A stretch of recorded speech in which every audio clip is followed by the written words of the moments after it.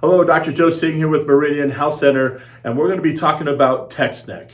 What is text neck, or what is a forward head posture?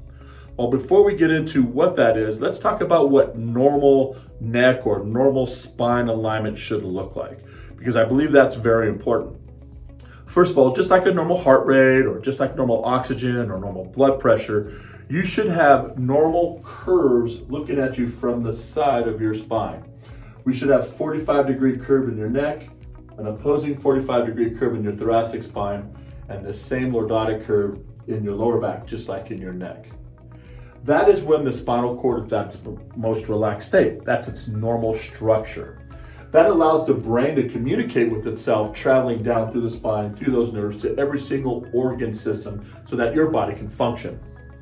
Because of poor posture, stress, trauma, some of them sudden, some throughout time, what happens is our body begins to shift out of position. One of the most common things is having technology, being in a seated position, being on a computer for more than 4+ hours a day, being on phones, video games. What happens is that head shifts forward and it starts to weaken the muscles in the neck, the mid-back, allowing that head to shift, the shoulders to roll, the back to roll, getting this forward head posture symptom, also known as text neck. It's been labeled text neck because we're seeing the younger generation on devices all the time, and to help our kids pass time, if we're busy, we give them an iPad or an iPhone, and what do they do all the time? They're just like this. So what we're doing is we're creating an issue in their neck because they're always stuck in a flexed position.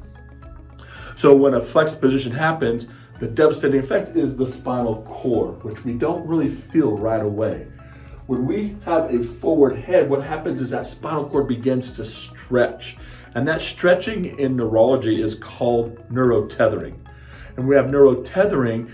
That neurotethering, again, is constant pressure on the spinal cord, and it doesn't affect one area, it affects the whole entire system. In the very beginning of symptoms, we may feel tightness in the neck, tightness in the shoulders, of course, that forward head and rounding like we talked about. And we have that musculoskeletal pain of stiffness. And we always want to just carry that tension in my head and neck. Well, left there long enough with the cord, what happens is now we start to affect other parts of our body, and we don't never really associate it with it. So it's important that we look at our posture. We always tell our patients, your posture is the window to your health. It determines exactly what's going on with your body when we assess you. So the goal always is to try to keep your spine in its proper position, because that is how the spinal cord is laid out, and that is your lifeline to your body. So keeping your posture right, 45-degree curves in our spine, that allows that brain to communicate to that body via your spinal cord and its nerves so that your body can function even better, take away neck pain and stress pain. So if you're suffering from any neck pain, you notice yourself having a forward head, or maybe even your children, it's very important that you get them checked out. You can give us a call, check us out on our website, you can schedule through there, but a forward head posture or text neck is very detrimental to someone's overall health.